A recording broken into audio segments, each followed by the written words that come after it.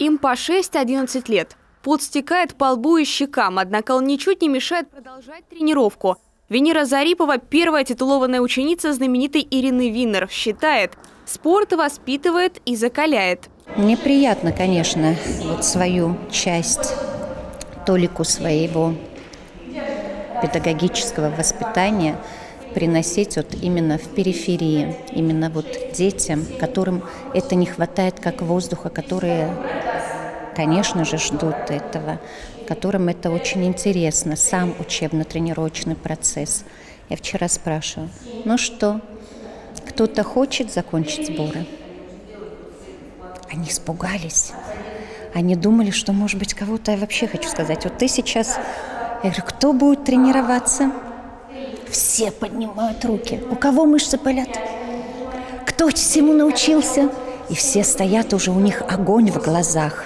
Огонь в глазах, им хочется, им нравится. И это несмотря на всю тяжесть. Ведь художественная гимнастика объединяет 42 вида спорта. Вот лишь часть того, что в ней есть. Прыжки в длину, высоту, бег, акробатика, спортивная гимнастика, фитнес. Венера замечает, что у девочек всего за 4 дня даже изменились требования к себе. Но сильной строгости и больших амбиций мало. Должна быть дисциплина обязательно, трудолюбие. Что могу сказать еще?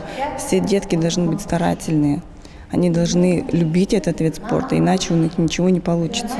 У 13-кратной чемпионки Советского Союза по художественной гимнастике мнение немного другое. Скажем так, геометрическое. Самое главное – треугольник. Тренер, гимнастка, родители. Будет этот треугольник, все будет хорошо.